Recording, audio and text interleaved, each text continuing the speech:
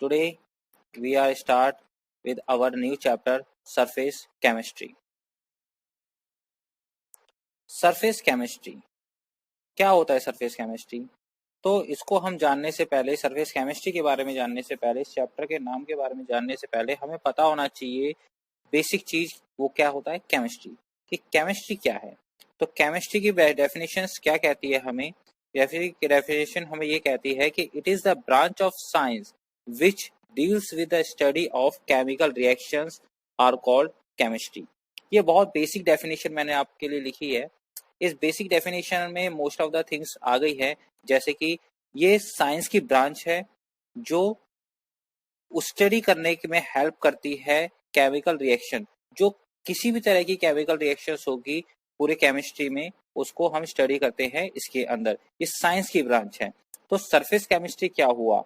तो surface chemistry के बारे में हम जानते हैं। तो सरफेस केमिस्ट्री की डेफिनेशन क्या बन जाएगी कि it is the branch of chemistry. ये केमिस्ट्री की ब्रांच है, साइंस के अंदर केमिस्ट्री की ब्रांच है। is a branch of chemistry which deals with the study of chemical reaction which takes place on the surface are called surface chemistry. ये chemistry की वो ब्रांच है जिसके अंदर स्टडी ऑफ केमिकल रिएक्शंस करेंगे, यानी कि केमिकल रिएक्शन की स्टडी करेंगे। सिर्फ उन्हीं केमिकल रिएक्शन की स्टडी करेंगे which takes place on the surface, जो कि सिर्फ सरफेस पे होंगी। तो इस स्टडी को हम, इस केमिस्ट्री की स्टडी को हम कहेंगे सरफेस केमिस्ट्री। तो इस टॉपिक को हम आगे बढ़ाते हैं।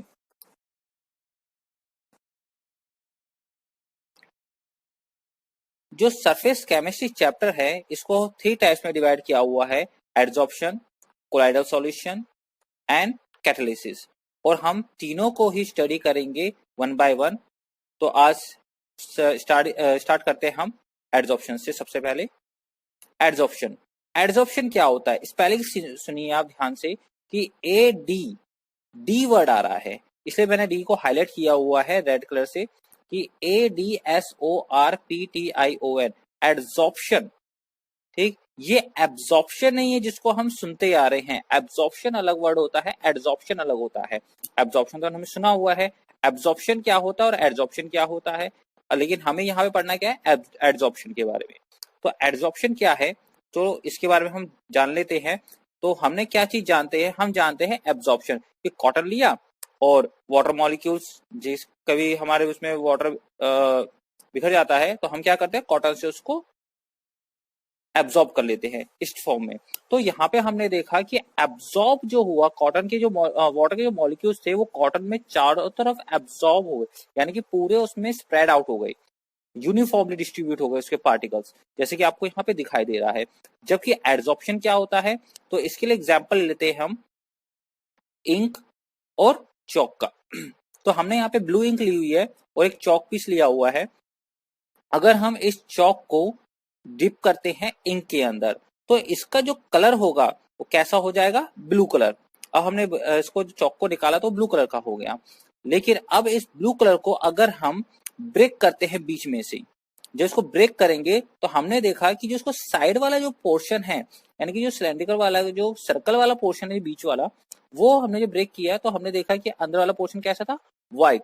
वो अब भी व्हाइट कैसे? तो इससे हमें ये देखा कि जो इंक थी जो स्प्रेड हुई है वो सिर्फ उसके चारों तरफ सरफेस पे स्प्रेड हुई है, ना कि उसके अंदर वाले पोर्शन को। अंदर वाले पोर्शन को हम बोलते हैं बल्क, यानी बल्क में नहीं गई है। तो ये इस टाइप की जो रिएक्शंस होती है जो सिर्फ कहाँ पे होंगी, सरफेस पे, उसको हम क्या बोलेंगे, एडजॉर्प्शन। ठीक है, तो यहाँ पे एब्जॉर्प्शन एडजॉर्प्शन का मतलब वही है, सोखना। लेकिन यहाँ पे सोखने का मतलब क्या हुआ कि पूरे सरफेस में और अंदर बल्क में ही पहुंच जाना, उसको हम एब्जॉर्प्शन बोलेंगे। लेकिन एडजॉर्प्शन क्या होता है, एडजॉर्प्शन इसके उल्टा होता है कि यहाँ पे सोखा जाएगा, लेकिन कहाँ से, सरफेस पे, ना कि बल्क के। तो अब हम पढ़ते हैं डेफिनेशन ऑफ एडजॉर्प्शन। एडजॉर्प्शन की डेफिनेशन क्या कहती है कि the phenomenon of attracting and retaining the molecules of a substance on the surface of a liquid or solid, कि लिक्विड और सॉलिड की किसी भी सरफेस, या तो लिक्विड की सरफेस या सॉलिड की सरफेस, किसी भी एक स्टेट की सरफेस की हम बात करेंगे। यहाँ पे गैस नहीं लिया हुआ है, लिक्विड और सॉलिड की बात हो रही है। तो इनकी सरफेस पे अगर कोई मॉलिक्यूल्स आके अट्रैक्ट हो जाएं या उस पे रुक जाएं, रिटेन कर जाएं, तो उसे हम ऐसे फिनोमिनॉन को हम क्या बोलेंगे? एड्सॉर्प्शन। तो एड्सॉर्प्शन के हमारे पास दो कंपोनेंट होते हैं, components of adsorption, adsorbate and adsorbent. Adsorbate क्या होता है? These are the molecular substance which accumulated on the surface। accumulated का मतलब होता है इकट्ठा होना, कलेक्ट होना, ठीक। तो these are the molecular substance, ये molecular substance होते हैं। जैसे कि एग्जाम्पल हमारे दिमाग में आना चाहिए जो हमने पहले आपको बताया था, चौक और इंक का। तो यहाँ पे जो इंक है जो एक्यूमुलेट हो रहा है, जहाँ इंक के जो मॉलिक्यूल्स होंगे वो एक्यूमुलेट हो रहे थे किसके? चौक के सरफेस के ऊपर। तो यहाँ पे इंक क्या कहलाएगा? हमारा एड्सॉर्बेट। और एड्सॉर्बेंट वो क्या कहलाएगा? एड्सॉर्बेट, ठीक। आगे भी इसमें लिखा हुआ है कि it is present in small amount just like as solute in solution. ये एक तरह से सॉल्यूट है सॉल्यूशन के अंदर। जैसे क्योंकि सॉल्यूट क्या होता है? कम अमाउंट में होता है। हमने सॉल्यूशन के बारे में पढ़ा हुआ है कि सॉल्यूशन जो होता है वो कम सॉल्यूशन के अंदर जो सॉल्यूट है वो कम अमाउंट में होता है। उसी तरीके से एड्सॉर्बेट भी क्या होगा? एड्सॉर्प्शन के अंदर कम अमाउंट में प्रेजेंट होता है as compare to adsorbent. Adsorbent क्या है कि इट इज द सरफेस, ये वो सरफेस है, जैसे कि चौक, चौक को हम सरफेस मान के चल रहे हैं, तो it is the surface on which adsorption are taking place. ये वो सरफेस है जिसके ऊपर एड्सॉर्प्शन होगा, ठीक है। It is present in large amount, किसके कंपैरिजन में? एड्सॉर्बेट के कंपैरिजन में ये हमारा लार्ज अमाउंट में प्रेजेंट होगा, just like a solvent in solution. यहाँ पे एग्जाम्पल एक डायग्राम से आपको बताया जा रहा है कि यहाँ पे हमने एक पीस ले लिया है जिसको हमने बोला है एड्सॉर्बेंट, वो एक तरह से सरफेस है। ये ध्यान रखना, एड्सॉर्बेंट मतलब सरफेस, कंफ्यूज नहीं होना है बिल्कुल भी। और एड्सॉर्बेंट ये मॉलिक्यूलर पार्टिकल्स हैं, कोई भी डस्ट पार्टिकल्स हो गए या फिर ड्रॉपलेट्स हो गए या कोई और थिंग, ठीक है। जैसे कि हम बाइक भी चलाते हैं तो हमने देखा होगा कि बाइक चलाते हैं तो हमारी स्किन के ऊपर क्या है? डस्ट पार्टिकल्स आके बैठ जाते हैं। तो स्किन क्या है हमारी? वो स्किन हमारी एड्सॉर्बेंट कहलाएगी। और जो डस्ट पार्टिकल आके हमारे सरफेस पे बैठे हैं वो क्या है? एड्सॉर्बेट हैं। इसी तरीके से हम अगर बोर्ड के ऊपर लिखते हैं तो बोर्ड क्या हो गया? हमारा सरफेस है, और उसके ऊपर जिससे लिखा जाता है, चाहे मार्कर है चाहे चौक है, वो जो पार्टिकल्स हैं जो उसके सरफेस पे आके बैठे जा रहे हैं उसको हम क्या बोलेंगे? एड्सॉर्बेट बोलेंगे। तो यहाँ पे हमें दिख रहा है कि एड्सॉर्ब पार्टिकल किसकी सरफेस पे आके बैठ गए? एड्सॉर्बेंट। तो जो मॉलिक्यूलर पार्टिकल सरफेस पे आके बैठ रहे हैं उसको एड्सॉर्बेट बोलेंगे, और जिसकी सरफेस यानी कि जो सरफेस है जिसके ऊपर मॉलिक्यूलर पार्टिकल आके बैठ रहे हैं उसको क्या बोलेंगे? एड्सॉर्बेंट। अब हम एड्सॉर्प्शन और एड्सॉर्प्शन के डिफरेंस के बारे में डिस्कस करते हैं। ये दोनों ही डिफरेंस 1 मार्क्स में क्वेश्चन में आ जाता है, 1 मार्क्स 2 मार्क्स में, तो ये आपको पता होना चाहिए। एब्जॉर्प्शन एंड एड्सॉर्प्शन हम पहले ही डिस्कस कर चुके हैं। एब्जॉर्प्शन यानी कि कॉटन वाला एग्जाम्पल लेके चलेंगे, कॉटन को हमने इंक या वाटर में डिप करना है तो पूरे उसमें स्प्रेड आउट हो जाता है। और एड्सॉर्प्शन के लिए आपके दिमाग में आना चाहिए चौक और इंक वाला एग्जाम्पल। फर्स्ट एब्जॉर्प्शन में it is the bulk phenomenon. ये क्या है? Bulk phenomenon. बल्क मतलब कि ये थ्रू आउट स्प्रेड हो रहा है, यानी अंदर भी स्प्रेड हो रहा है। जो इंक था या वाटर मॉलिक्यूल्स थे जो कहाँ पे स्प्रेड हो रहे थे? कॉटन के अंदर भी पहुंचे थे, पूरे सरफेस पे अंदर भी, ठीक। जबकि एड्सॉर्प्शन क्या है? It is the surface phenomenon, कि जो प्रक्रिया हो रही है वो सिर्फ सरफेस पे हो रही है, जो प्रोसेस है वो सिर्फ सरफेस पे है, बल्क में नहीं जा रही, अंदर नहीं जा रही है। Second thing, the concentration of adsorb material. Absorb material क्या कहलाता है? एड्सॉर्बेट, यानी कि जो बाहर से पार्टिकल्स आ रहे हैं, ठीक, is uniformly distributed through out in adsorbent. जो एड्सॉर्बेंट में क्या होगा? अंदर भी थ्रू आउटली क्या हो जाएंगे? स्प्रेड हो जाएंगे, डिस्ट्रीब्यूट हो जाएंगे उसके पार्टिकल्स, ठीक। लेकिन यहाँ पे क्या होगा? एड्सॉर्प्शन में the concentration of adsorb material is non uniformly distribute through out in adsorbent. वो क्या हो रहा है? नॉन यूनिफॉर्मली डिस्ट्रीब्यूट हो रहे हैं। नॉन यूनिफॉर्मली कैसे? कि it is more on the surface and less in the bulk, कि सरफेस पे तो ज्यादा है लेकिन जो बल्क है वहां पे कम है। It occurs with uniform rate. जो एब्जॉर्प्शन है ये यूनिफॉर्म रेट से होता है। यूनिफॉर्म रेट यानी कि जिस स्पीड से स्टार्ट हुआ उसी स्पीड से ही ये एंड में पहुंचेगा। लेकिन एब्जॉर्प्शन की प्रोसेस में अलग होता है। उसमें क्या होता है कि इनिशियली रेट इज फास्ट, कि जो पहले जो रेट होगा, रेट ऑफ स्पीड, यानी कि जो इसकी स्पीड है वो क्या होगी, पहले फास्ट होगी। It decrease slowly till equilibrium is attend, और जैसे जैसे ये अपने एंड में पहुंचेगा वैसे वैसे इसकी स्पीड स्लो हो जाएगी। इसका एग्जांपल ले लेते हैं कि water vapours are absorbed by anhydrous CaCl2 calcium chloride. Calcium chloride का एग्जांपल ले सकते हो कि वाटर मॉलिक्यूल्स को वो एब्सॉर्ब करता है, एब्सॉर्ब नहीं करता, वो एब्सॉर्ब करता है, उसके अंदर भी पहुंच जाते हैं। ठीक, यहाँ पे आप कॉटन वाला एग्जांपल नहीं लिखोगे क्योंकि हम केमिस्ट्री की बात कर रहे हैं। कॉटन वाला एग्जांपल आपका एक नॉर्मल एग्जांपल होता है। ठीक है, यहाँ पे आपको केमिस्ट्री से रिलेटेड एग्जांपल देना है जहाँ पे केमिकल्स का आपको यूज दिया, जैसे CaCl2 हो गया, वाटर, तो इस तरह की चीजें हमें लेनी है। ऐसे adsorption, water vapours on silica gel, कि वाटर वेपर्स क्या होते हैं, सिलिका जेल पे उसके सरफेस पे आके बैठते हैं, ना कि अंदर जाते हैं। सिलिका जेल क्या होता है आपके दिमाग में आना चाहिए। आपने सुना है कभी सिलिका जेल? सिलिका जेल क्या होता है, आपने देखा होगा कि जब आप कोई ब्रांडेड शूज लेते हो, ठीक है, या बैग लेते हो, या फिर आपने नया फ्रिज लिया है या टीवी लिया, तो उसमें एक पैकेट मिलता है छोटा सा, व्हाइट कलर का होता है। तो उस पैकेट में, प्लास्टिक के पैकेट में रहता है। तो पैकेट क्या होता है, उसके अंदर देखा होगा आपने खोल के फाड़ के कि ये पैकेट क्या है, कोई जहर तो नहीं है या फिर गलती से रखा आ गया, क्या चीज है वो, कभी सोचा है? कभी आप उसको ध्यान से पढ़ोगे तो उसमें लिखा था सिलिका जेल। उसको जब आप फाड़ोगे तो उसमें से क्रिस्टल्स निकलते हैं, उन्हें हम बोलते हैं सिलिका जेल। इसका काम क्या होता है, ये मॉइस्चर को एब्जॉर्ब कर लेता है अपने सरफेस पे, ताकि वो जो कंपोनेंट है, वो जो सब्सटेंस है, जो आपके पास मटेरियल आया है, वो खराब ना हो। फॉर एग्जाम्पल आपके पास ब्रांडेड शूज है, बहुत टाइम से गोदाम में रखे रहते हैं, अब वहां पे मॉइस्चर हो जाए, बारिश का टाइम भी होता है, मॉइस्चर आ जाएगा, तो मॉइस्चर आने से क्या होगा, वो जो शूज है उस पर फंगस लग सकता है।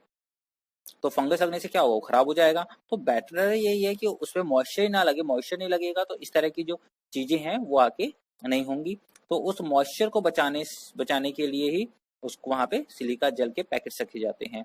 बोटल्स में मिलेंगे आपको, ऐसे कई जगह आपको दिखते हैं ये चीजें।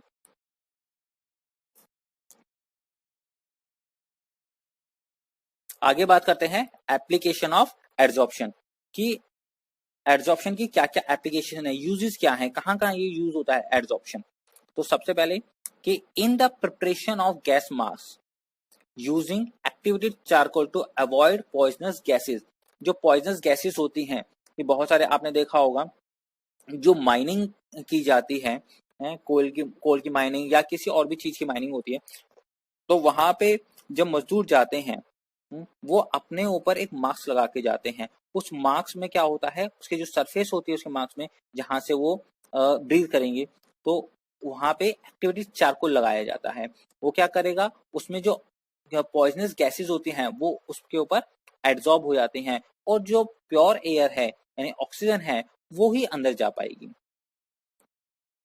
Second, silica gel can be use to remove moisture and to control humidity. जो सिलिका जेल होता है, मैंने आपको पहले बताया कि ये मॉइस्चर को और ह्यूमिडिटी को कंट्रोल करने के लिए यूज होता है। क्यों, सिलिका जेल क्या करेगा, वो मॉइस्चर को यानी ये वाटर मॉलिक्यूल्स को अपने सरफेस के ऊपर एब्जॉर्ब कर लेता है, ताकि जो कंपोनेंट है यानी कि जो सब्सटेंस है उसको बचाया जा सके।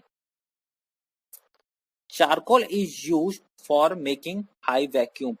चारकोल को हाई वैक्यूम के लिए भी यूज किया जाता है, हाई वैक्यूम क्रिएट करने के लिए, कि अगर जहां पे हमें लगता है कि हमें वैक्यूम बनाना है, तो वहां पे हम वैक्यूम पंप से हम तो गैस निकाल लेते हैं, लेकिन फिर भी कुछ कंसंट्रेशन, कुछ परसेंट उसमें गैस या वाटर मॉलिक्यूल या कोई भी उसमें सब्सटेंस रह जाता है, तो उसको हम क्या करेंगे, उसमें अगर चारकोल हम ऐड कर देते हैं, तो चारकोल क्या करेगा, वो गैस को अपनी सरफेस पे एब्जॉर्ब कर लेगा। तो वो जो हाई वैक्यूम है वो और ज्यादा स्पेसिफाई क्रिएट हो जाता है।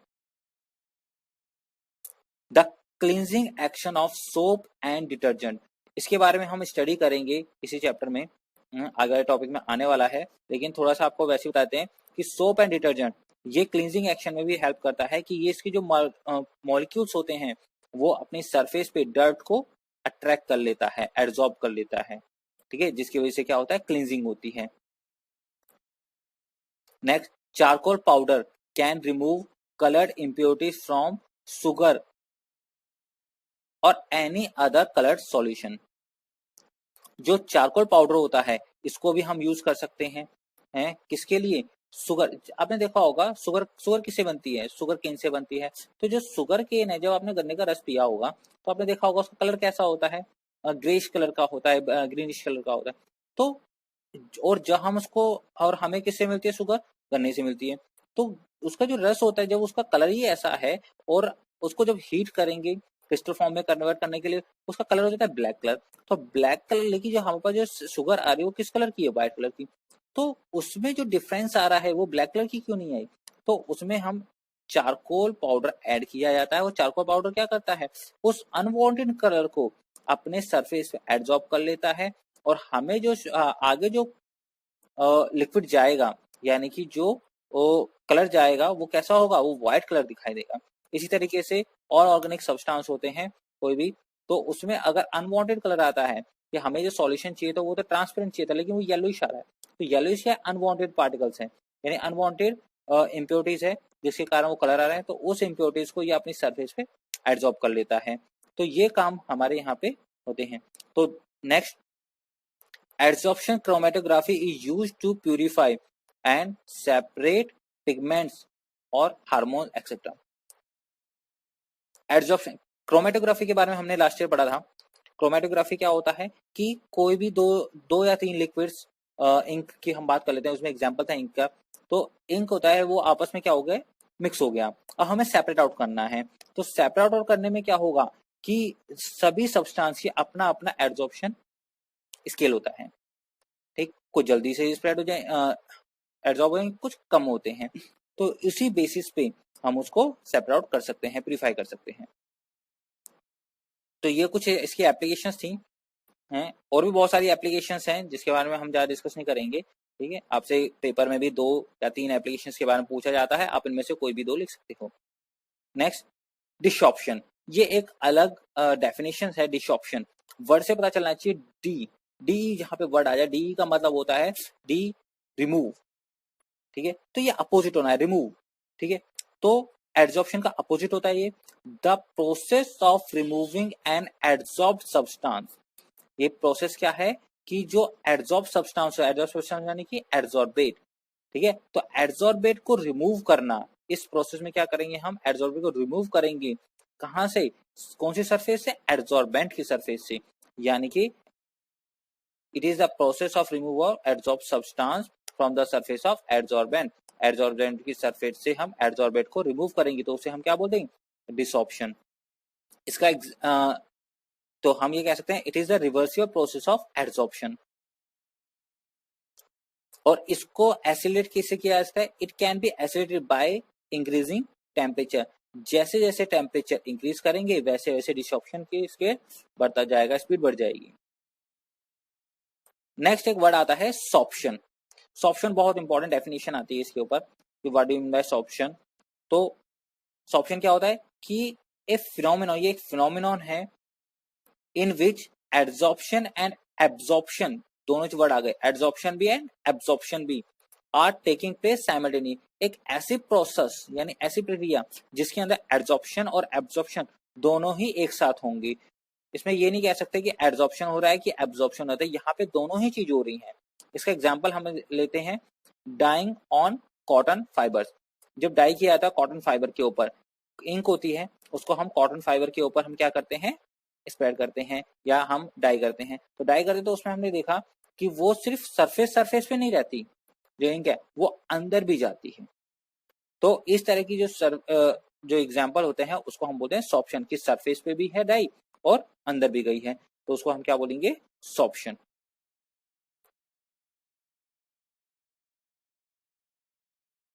अब बात करते हैं हम क्लासिफिकेशन ऑफ एड्सॉर्प्शन की। Classification of adsorption. Adsorption can be classified into 2 categories as described below. हम इसको 2 कैटेगरी में डिवाइड कर सकते हैं। किसके बेसिस पे? First, depending on the concentration. Concentration के बेसिस पे, कंसंट्रेशन के बेसिस पे हम इसको डिवाइड कर सकते हैं 2 पार्ट्स में, आगे डिस्कस करने वाले हैं। Second, depending upon the nature of force existing between adsorbent and adsorbent. जो दो कंपोनेंट है एड्सॉर्बेट एंड एड्सॉर्बेंट, उन दोनों के बीच में किस तरह का फोर्स है, उनका नेचर कैसा है, उसके बेस पे हम भी इसको दो टाइप में डिवाइड कर सकते हैं। दोनों ही इंपॉर्टेंट है। तो सबसे पहले एक फर्स्ट स्टार्ट करते हैं, डिपेंडिंग अपॉन द कंसंट्रेशन। तो कंसंट्रेशन के बेस पे हम इसको डिवाइड करते हैं पहले। तो इसको हम दो टाइप में डिवाइड कर सकते हैं, positive adsorption and negative adsorption. Positive and negative दो टाइप में हमने इसको डिवाइड किया हुआ है। पॉजिटिव एड्सॉर्प्शन क्या कहता है कि if the concentration of adsorbate is more on the surface and less in the bulk phase,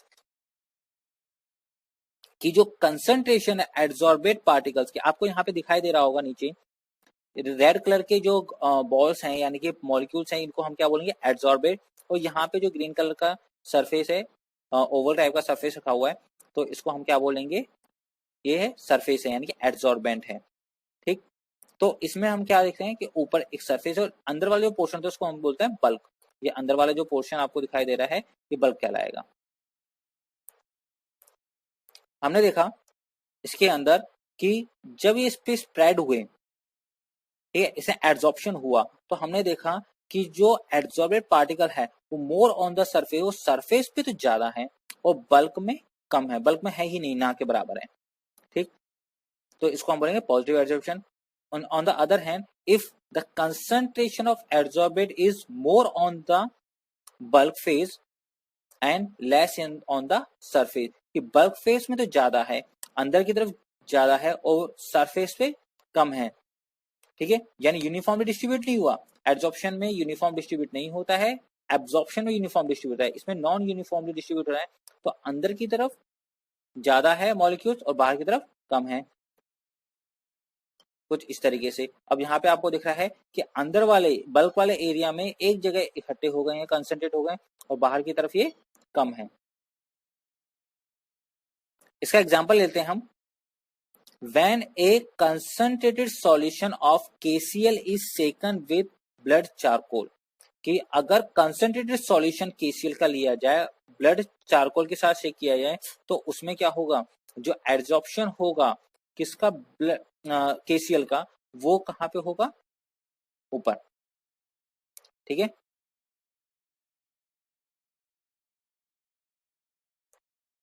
और दूसरे उसमें कि when a diluted solution of KCl is shaken with blood charcoal, यहाँ पे क्या होगा, यहाँ पे हमने एग्जांपल सेम है, डिफरेंस क्या है, यहाँ पे डाइल्यूटेड सॉल्यूशन ले लिया KCl का। अगर डाइल्यूटेड सॉल्यूशन लेंगे तो वहां पे हमें क्या दिखेगा, नेगेटिव एड्सॉर्प्शन। कंसंट्रेटेड होगा तो पॉजिटिव एड्सॉर्प्शन, डाइल्यूटेड सॉल्यूशन होगा तो नेगेटिव एड्सॉर्प्शन। बहुत इंपॉर्टेंट एग्जांपल भी याद रखना चाहिए आपको।